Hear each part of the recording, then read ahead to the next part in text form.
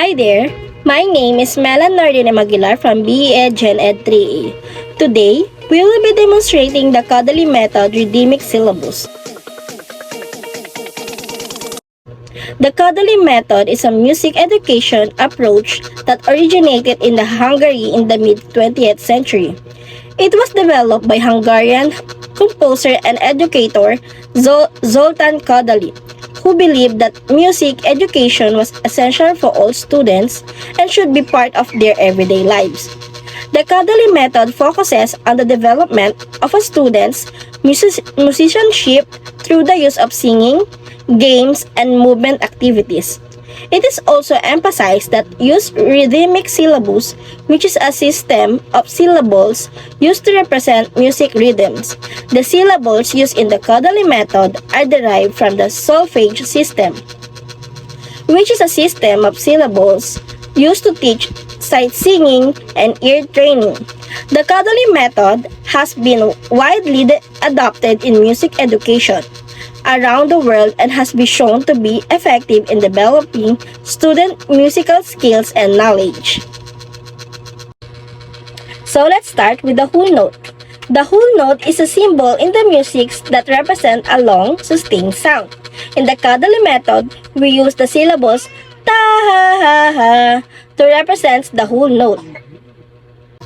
Next, we have the half note. The half note is a symbol in the music that represents a sound that is half as long as the whole note.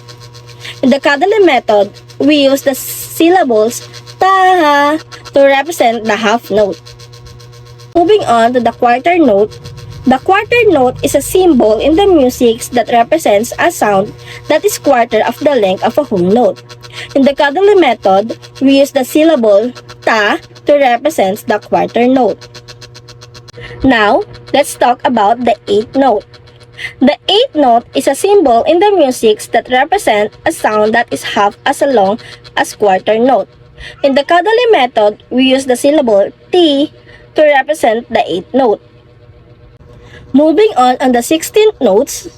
The 16 notes are the symbol in the music that represents sounds that are quarter of the length of an eighth note. In the Kodaly method, we use the syllables T to represent the 16 notes. Now, let's take a look at the dotted half note. The dotted half note is a symbol in the music that represents a sound that is 3/4 the length of a whole note. In the Kodaly method, we use the syllables ta ha ha to represent the dotted half note.